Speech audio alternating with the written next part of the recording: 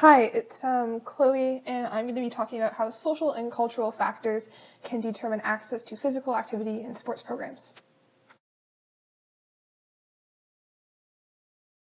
Yeah, if you wanted to take a look, these are kind of the four main topics that I'm going to cover in this presentation that all impact access to sport.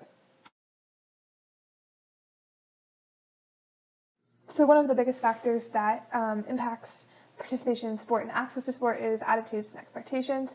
So common attitudes, expectations, and habits shared by society or culture can often influence one's access to physical activity in sports.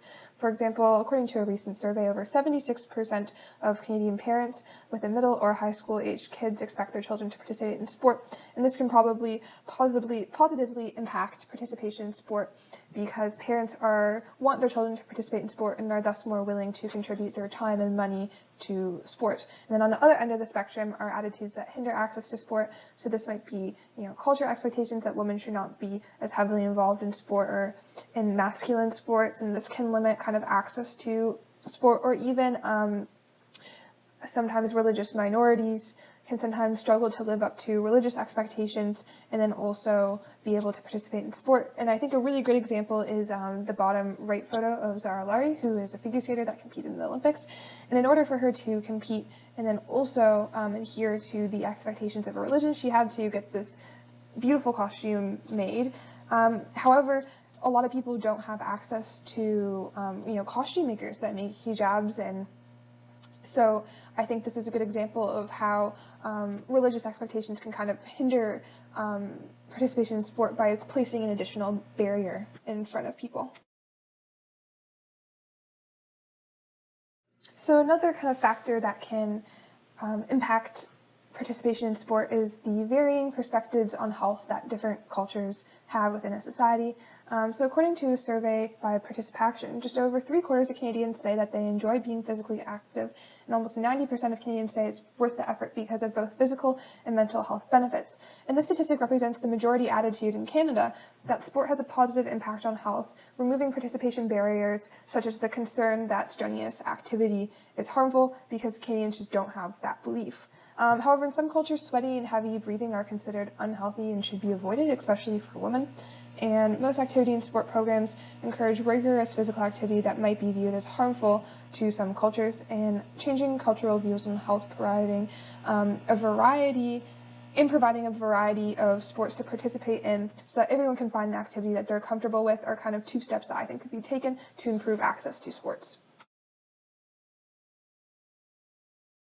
Another factor that could impact sport access and participation is social acceptance and inclusion within a sporting community. So as I'm going to focus on Canada. So Canada is a very diverse country with lots of different ethnicities and races. And sometimes differences in ethnicities and race can create barriers when trying to access sport, as individuals are afraid that they may encounter racism and discrimination. And then additionally, many sports are also associated with certain racial or cultural stereotypes. And then oppositely, individuals that fit the stereotypes of the sport and feel welcome in their community are less likely to encounter barriers when accessing sporting activities, or more likely to participate in sport. And a good example of this is gender, because it can either be a barrier or a motivator when it comes to sport, as certain forms of physical activities are often associated with either male or female genders. And an example of this is, male dancers encounter bullying and scrutiny from society, as, dance is kind of synonymous with femininity. My last major factor that impacts sport access is your socioeconomic status. And so, one's socioeconomic status is just kind of related to how much money and wealth they have and where they sit on the societal hierarchy, I guess you could say. And it greatly impacts one's ability to access sporting opportunities in the following way. So one way is the ability to afford the upfront costs of sport. So that's fees, travel, equipment, where you live is impacted by how much money you have. And that also is consequently impacts your access to sports facilities through proximity or public funding. And then acceptance and discrimination within the sporting community based on socioeconomic status. So a lot of the times people who have a different socioeconomic status than people within a sporting community often experience discrimination. And on the right you can see a chart of different sports and their participation based on income, and this chart is based on American data. I would just like to say that, not Canadian. And as you can see, the group of people that has the highest participation in sports all around are people who make over $100,000 a year. As a final question to wrap up this presentation, I'm going to ask you all, what can you do to remove social and cultural barriers in sports?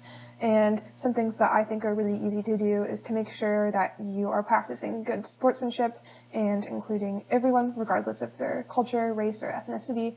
And then also educating others about the benefits of sport and really dispelling any social or cultural myths that might hinder participation.